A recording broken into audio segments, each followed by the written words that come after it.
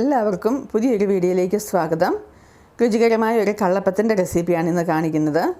നമ്മുടെയൊക്കെ വീടുകളിൽ പണ്ടൊക്കെ വല്ലകാലത്ത് ഉണ്ടാക്കിക്കൊണ്ടിരുന്ന ഒരു അപ്പം ഇന്നിപ്പം നമ്മൾ എല്ലാ ദിവസവും തന്നെ വീടുകളിൽ ഉണ്ടാക്കാറുണ്ട്.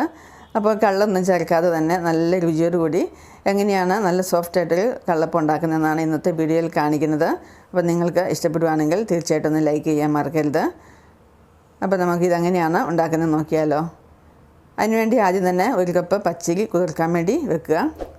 ഇതുപോലൊരു പാത്രത്തിലേക്ക് ഒരു കപ്പ് പച്ചരി ഇട്ട് കൊടുത്തിട്ടുണ്ട്. അതിനകത്തേക്ക് കുതിരാൻ ആവശ്യമായ വെള്ളം ചേർത്ത് കൊടുക്കുക.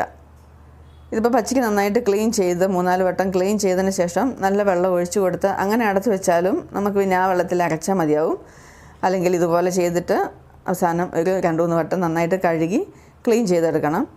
അതുപോലെ ക്ലീൻ ചെയ്ത് നന്നായിട്ട് വെള്ളമെല്ലാം ഡ്രെയിൻ ചെയ്തതിന് ശേഷം ഇതാ മിക്സിയുടെ ജാറിലേക്ക് നമുക്ക് ഇട്ട് കൊടുത്ത് ഇതൊരു 2 പ്രാവശ്യമായിട്ടൊന്ന് അരച്ചെടുക്കണം. 2 പ്രാവശ്യമായിട്ട് ഇതുപോലെ അരച്ചെടുക്കുക. അതിനകത്തേക്ക് അരയ്ക്കാൻ ആവശ്യമായ വെള്ളം ചേർത്ത് കൊടുക്കുക. വെള്ളം കൂടിപ്പോകാതെ പ്രത്യേകം ശ്രദ്ധിക്കണം. അരിയുടെ കുറച്ച് താഴെ ഭാഗത്തായിട്ട് നിൽക്കണം, മൂടി നിൽക്കരുത്. അപ്പം അല്ലെങ്കിൽ ദോശ പരുവത്തിലായിപ്പോവും, കുറച്ച് കൂടുതലായിപ്പോവും. അതുകൊണ്ട് വെള്ളത്തിൻ്റെ കാര്യത്തിൽ പ്രത്യേകം ശ്രദ്ധിക്കുക. ഇത് ഞാൻ നന്നായിട്ട് നല്ല മഷി പോലെ അരച്ചെടുത്തിട്ടുണ്ട്. ഇനി ഒരു പാത്രത്തിലേക്ക് ഒഴിച്ചു കൊടുക്കാം. ഇപ്പോൾ ഇത് ഇച്ചിരി ലൂസ് പോലെ തോന്നിയാലും നമ്മൾ ബാക്കിയെല്ലാം കൂടെ ചേർത്ത് പൊങ്ങി വരുമ്പോഴത്തേനും കറക്റ്റായിരിക്കും. അതുപോലെ തന്നെ രണ്ടാമത്തെ വട്ടവും ഞാനത് അരച്ചെടുത്തിട്ടുണ്ട്. ഈ അരച്ചെടുത്ത മിശ്രിതം നമുക്ക് ഇതിനകത്തേക്ക് ഒഴിച്ചു കൊടുക്കാം. ഇപ്പം നമ്മൾ പെട്ടെന്ന് വീട്ടിലൊക്കെ ഉണ്ടാക്കുകയാണെങ്കിൽ ഇതിനകത്തേക്ക് ചോറ്, തേങ്ങ, ചെറിയുള്ളി, ജീരകം ഒക്കെ ചേർത്ത് കൊടുക്കാം. അതൊക്കെ ചേർക്കുമ്പോൾ ഒരു പ്രത്യേക രുചിയുണ്ട്. അങ്ങനെയും നമുക്ക് ഉണ്ടാക്കിയെടുക്കാം. ഈ അരച്ച മാവിൽ നിന്ന് കപ്പി കാച്ചാൻ വേണ്ടി ഞാനൊരു 2 സ്പൂൺ എടുത്ത് മാറ്റുന്നുണ്ട്. കപ്പി കാച്ചണമെന്ന് നിർബന്ധം ഉണ്ടോയെന്ന് വെച്ചാൽ നിർബന്ധമില്ല. അപ്പം ചോറ് കുറച്ച് കൂടുതൽ അരയ്ക്കണമെന്നുള്ളൂ. ചോറിൻ്റെ ക്വാണ്ടിറ്റി കുറച്ച് കൂടുതൽ എടുക്കാം. ഇതുപോലെ ഒരു 3/4 കപ്പ് വെള്ളം കൂടി ഇതിനകത്തേക്ക് ചേർത്ത് കൊടുത്ത് ഇത് നന്നായിട്ടൊന്ന് കുറുക്കിയെടുക്കണം. ഞാൻ എല്ലായ്പ്പോഴും ഒന്നും ഇങ്ങനെ കുറുക്കിയെടുക്കാറില്ല. ചില സമയത്തൊക്കെ ഇങ്ങനെ കുറുക്കിയെടുക്കും. അല്ലാത്തപ്പം ചോറ് കുറച്ച് അളവ് കൂട്ടിയെടുക്കും. അപ്പം അത് നല്ല സോഫ്റ്റായിട്ട് തന്നെ കിട്ടും നേരം. ഇത് നന്നായിട്ട് തണുത്തതിന് ശേഷം ഇത് മിക്സിയിലേറ്റിട്ട് നമുക്ക് ഇതിൻ്റെ കൂടൊപ്പം തന്നെ തേങ്ങയും കൂടെ കൂട്ടിയൊന്ന് അരച്ചെടുക്കാം. നന്നായിട്ട് തണുത്തിട്ടുണ്ട്. തണുത്തതിന് ശേഷം വേണം മിക്സിയിലേക്ക് ഇതൊഴിച്ചു കൊടുക്കാൻ. ഇതിനകത്തേക്ക് 1 കപ്പ് ഇതുപോലെ ചോറാണ്, വെള്ളയരിയുടെ ചോറാണ് എടുത്തിരിക്കുന്നത്. കളറൊന്ന് വെള്ളയായിട്ടിരിക്കാൻ വേണ്ടി അങ്ങനെ എടുത്തതേ ഉള്ളൂ. അപ്പോൾ ഒരു തേങ്ങ ചിരവിയതാണ്. അതിൻ്റെ ആ വെള്ളഭാഗം മാത്രമാണ് ഞാൻ എടുത്തിരിക്കുന്നത്. അതുകൂടെ ചേർത്ത് കൊടുത്തിട്ടുണ്ട്. ഈ സമയത്ത് 1 സ്പൂൺ പഞ്ചസാര ചേർത്ത് കൊടുക്കാം. 1/2 സ്പൂൺ ഈസ്റ്റും കൂടെ ചേർത്ത് കൊടുക്കുന്നുണ്ട്. ആ ഈസ്റ്റ് ചേർത്ത ഭാഗം ഇവിടെ നിന്ന് വിട്ടുപോയിട്ടുണ്ട്. അപ്പോൾ ഈ സമയത്ത് നമുക്ക് ഇതിനകത്തേക്ക് ജീരകം, ചുവന്നുള്ളിയും കൂടെ ചേർത്ത് കൊടുക്കാം. അപ്പോൾ അപ്പത്തിനൊരു പ്രത്യേക രുചിയാണ്. ഞാനിപ്പോൾ ഇത് ചേർത്ത് കൊടുത്തിട്ടില്ല ഇതിനകത്തേക്ക്. ഈ ജീരകം, ചുവന്നുള്ളിയും ചേർക്കുകയാണെങ്കിൽ ഞാൻ മിക്കപ്പോഴും തന്നെ അത് രാവിലെ അല്പം തേങ്ങയുടെ കൂടി ആയിരിക്കും ചേർത്ത് കൊടുക്കുന്നത്. അപ്പോൾ പുളി ഒക്കെ ബാലൻസ് ചെയ്യുകയും ചെയ്യും.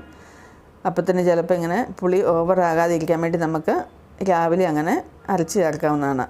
1/2 സ്പൂൺ ഉപ്പും കൂടെ ചേർത്ത് കൊടുത്തിട്ടുണ്ട്. ഉപ്പ് ചുടുന്നതിന് മുമ്പായിട്ട് ചേർത്താലും മതിയാവും.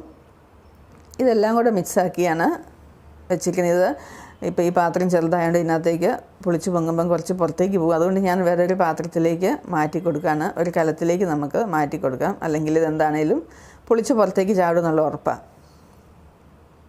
ഇപ്പം ഈ രീതിയിൽ പല രീതിയിലും ഓരോരുത്തരും ഉണ്ടാക്കും. നമ്മൾ ഈ ചുമന്നുള്ളി, ജീരകമൊക്കെ ചേർക്കുകയാണെങ്കിൽ തലേദിവസം പുളിക്കുന്നതിന് മുമ്പ് ചേർത്ത് കഴിഞ്ഞാൽ ഉള്ളിയുടെ ഒരു സ്മെല്ല് വരും. അപ്പം അങ്ങനെ ചേർക്കണമെങ്കിൽ തേങ്ങയും 1 മുറി തേങ്ങയും 2-3 കൊച്ചുള്ളിയും 1/2 സ്പൂൺ ജീരകം കൂടെ രാവിലെ ഒന്ന് ഒതുക്കി ചേർത്താലും മതിയാകും. എന്നിട്ട് 10 മിനിറ്റ് വെക്കുകയാണെങ്കിൽ അപ്പം നല്ല പുളിയും ബാലൻസ് ആകും, നല്ല രുചിയായിരിക്കും. അപ്പോൾ ഇതൊരു 6 മുതൽ 8 മണിക്കൂർ വരെ ഇതുപോലെ വെക്കാം. വെച്ചതിന് ശേഷം ഇത് നന്നായിട്ട് പൊന്തി വന്നിട്ടുണ്ട്. ഇതുപോലെ പൊന്തി വന്നതിന് ശേഷം പിന്നെ ഒരുപാട് സമയം കൊണ്ട് വെക്കരുത്. പിന്നെ അതങ്ങോട്ട് പുളിച്ചു പോകും. പുളിച്ചു കഴിഞ്ഞാൽ അറിയാമല്ലോ, അപ്പത്തിൻ്റെ രുചി തന്നെ മാറിപ്പോകും. പിന്നെ ആർക്കും തിന്നാൻ ഇഷ്ടം ഉണ്ടായിരിക്കത്തില്ല. അപ്പത്തിന് നല്ല സോഫ്റ്റും ആയിരിക്കണം, എന്നാൽ പുളിയൊട്ടും ഉണ്ടാകാനും പാടില്ല. അപ്പോൾ ഇത് നന്നായിട്ട് പൊന്തി വന്നിട്ടുണ്ട്. ഓവർ പുളിയൊന്നും ആയിട്ടില്ല. ഇത് നന്നായിട്ടൊന്ന് മിക്സ് ചെയ്തതിന് ശേഷം ഉപ്പൊക്കെ നോക്കി നമുക്ക് ചുട്ടെടുക്കാം. തവ ചൂടായിട്ടുണ്ട്. അതിനകത്തേക്ക് ഇതുപോലെ ഓരോ തവി ഒഴിച്ചെടുക്കാം. വലിയ പാത്രം വെക്കുകയാണെങ്കിൽ നമുക്കൊരു 3-4 എണ്ണം ചെറുതായിട്ട് ഉണ്ടാക്കിയെടുക്കാവുന്നതാണ്. ഞാനിപ്പം ഓരോന്നായിട്ട് ഉണ്ടാക്കിയെടുക്കുന്നതേ ഉള്ളൂ. ഇതിപ്പോൾ പരത്തി കൊടുക്കണം നിർബന്ധമല്ല. ഇച്ചിരി കള്ളപ്പത്തിന് ഇച്ചിരി കട്ടിയുണ്ടല്ലോ, സാധാരണ കട്ടിയിലാണ് ഇരിക്കുന്നത്. ഇത് ഞാനൊന്ന് കട്ടി കുറയ്ക്കുന്നതിന് വേണ്ടി ഒന്ന് പരത്തി കൊടുത്തിരിക്കുന്നതാണ്. അപ്പം പെട്ടെന്ന് ഇതിൻ്റെ ഹോളൊക്കെ വന്നിട്ടുണ്ട്. മറിച്ചിട്ടുണ്ടെങ്കിൽ നമുക്കിത് ഫുൾ ടൈം അടച്ചു വെച്ചാൽ മതിയാകും. അതിൻ്റെ ഫുൾ ഡ്രൈ ആയതിനു ശേഷം എടുത്താൽ മതിയാകും. വളരെ ഈസി ആയിട്ട് ഉണ്ടാക്കിയെടുക്കാൻ പറ്റുന്ന വളരെ രുചികരമായ നമ്മുടെ കേരള സ്റ്റൈലിലുള്ള ട്രഡീഷണൽ നമ്മുടെ ഒരു ബ്രേക്ക്ഫാസ്റ്റ് ആണല്ലോ പണ്ട് മുതലേ ഉള്ളത് അല്ലേ. പണ്ടൊക്കെ നമ്മൾ ഈസ്റ്ററിനും ക്രിസ്മസിനും ഒക്കെ ആയിരുന്നു അപ്പം ഉണ്ടാക്കൽ. സാധാരണ ഗ്രാമപ്രദേശങ്ങളിലൊക്കെ ആണെങ്കിൽ അധികം ബ്രേക്ക്ഫാസ്റ്റ് എന്ന് പറയുമ്പോൾ കപ്പയാണ് കൂടുതലായിട്ടും ആൾക്കാർ ഉപയോഗിച്ചുകൊണ്ടിരുന്നത്. ഇപ്പം പിന്നെ അതൊക്കെ അന്യം നിന്ന് പോയിട്ടുണ്ട്. അപ്പോൾ ഇതാ ഞാൻ 2ാം വട്ടവും ഇതുപോലെ ഒഴിച്ചെടുത്തു. അതൊന്ന് ജസ്റ്റ് ഒന്ന് മറിച്ച് കൊടുക്കുന്നുണ്ട്. ഇരുമ്പ് ചട്ടിക്കകത്ത് ഉണ്ടാക്കുകയാണെങ്കിൽ ഒന്നും കൂടെ രുചിയായിരിക്കും കേട്ടോ. അതിൽ ഇരുമ്പ് ചട്ടി ഉണ്ടായിരുന്നു, പിന്നെ ഞാൻ ഇപ്പോൾ അതങ്ങ് എടുത്തില്ല, നോൺ സ്റ്റിക്കിലങ്ങ് ഉണ്ടാക്കുന്നുള്ളൂ. അപ്പോൾ ഇതുപോലെ ഓരോന്നായിട്ട് ചുട്ടെടുക്കുന്ന പറയുമ്പോൾ നമുക്ക് ഭയങ്കര മെനക്കെട്ട പണിയാണ്. വലിയ പാത്രം വെക്കുകയാണെങ്കിൽ പെട്ടെന്ന് തീർന്നേനെ. അപ്പോൾ ഞാൻ ഇതുപോലെ ഉണ്ടാക്കി എടുത്തിട്ടുണ്ട് എല്ലാം. നല്ല ചൂടോടുകൂടി കഴിക്കാൻ. നമുക്ക് പ്രത്യേകിച്ച് കറിയുടെ ആവശ്യമൊന്നുമില്ല. നല്ല പഞ്ഞിക്കെട്ട് പോലെ ഇരിക്കുന്ന അപ്പത്തിന് കറിയില്ലാതെ കഴിക്കുന്നതാണ് എനിക്കിഷ്ടം. തണുത്ത് കഴിയുമ്പോഴാണ് പിന്നെ കറി വേണ്ടത്. അപ്പോൾ ചൂടോടെ കഴിക്കാനാണെങ്കിൽ പ്രത്യേകിച്ച് കറിയുടെ ഒന്നും ആവശ്യമില്ല. എല്ലാം ഇതുപോലെ ചുട്ടെടുത്തിട്ടുണ്ട്. അപ്പം ഇത് കണ്ടോ, നല്ല സോഫ്റ്റ് അല്ലേ, നെറ്റ് പോലെ ഉണ്ട്. നല്ല സൂപ്പറായിട്ട് വന്നിട്ടുണ്ട്. ഇതിന് പ്രത്യേകിച്ച് കറിയുടെ തന്നെ ഒരു ആവശ്യമില്ല കേട്ടോ. പിന്നെ പിള്ളേർക്കൊക്കെ കറിയില്ലാതെ അവർ കഴിക്കത്തുമില്ല. ചൂടോടെ കഴിക്കാനാണ് ഏറ്റവും രുചി. എനിക്കതാണ് ഇഷ്ടം എന്ന് പറഞ്ഞല്ലോ. അപ്പം ഈ വീഡിയോ അങ്ങനെയാണ് നിങ്ങൾക്ക് എല്ലാവർക്കും ഇഷ്ടപ്പെട്ടെന്ന് വിശ്വസിക്കുന്നു.